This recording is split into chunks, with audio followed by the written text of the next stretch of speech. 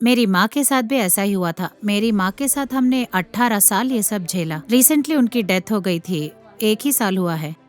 उनके गुजर जाने के 4-5 महीने बाद ही मुझे मेरे बारे में पता चला। अब माँ के साथ ऐसा हो जाने के बाद फिर से मेरे साथ ऐसा हुआ। अभी मेरे को देखने के लिए माँ नहीं है, भाई की शादी नहीं हुई है, मेरे खुद के बच्चे छोटे हैं। मेरे साथ ही ऐसा क्यों हुआ सोच के मैं बहुत दुखी हुई थी मैडम।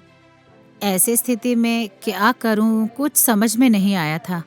शुरुआत में ही पता चल गया था क्योंकि मेरी माँ के साथ ऐसा होने की वजह से हमें थोड़ा पहले से पता था। ऐसा सोचने के बाद हमें इस पुनर्जन के बारे में पता चला और यूट्यूब में भी हमने देखा हुआ था। सीधे सीधे हमने यहीं का ट्रीटमेंट लिया है मैडम।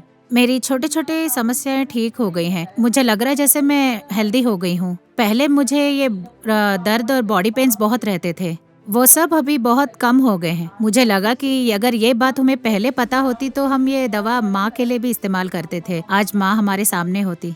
आज उस भगवान की दया से मैं ठीक हो रही हूँ। मुझे लग रहा है जैसे यही भगवान का रूप है, हमारे लिए आए हैं। नमस्ते, पुनर्जन को हमारा नमस्कार। हम अंबाजीपेटा मंडल के पेदपुड़ी से आए हैं। मेरे पति का नाम वाई वेंकटेश्वर राव है। पहले इनको दांत में दर्द शुरू हुआ था। दर्द की वजह से दांत को निकलवा लिया। निकलवाने के बाद भी यहाँ पे एक गांठ जैसा बन गया था। गांठ बनने के बाद भी दांत का दर्द ही है सोच के नेग्लेक्ट कर दिया। लेकिन दर्द बढ़ने के बाद हम लोग डेंटिस्ट के पास दिखाने के लिए गए थे। डेंटिस्ट ने देखने के बाद कहा कि थोड़ा गड़बड़ है, आप टेस्ट करवा लीजिए।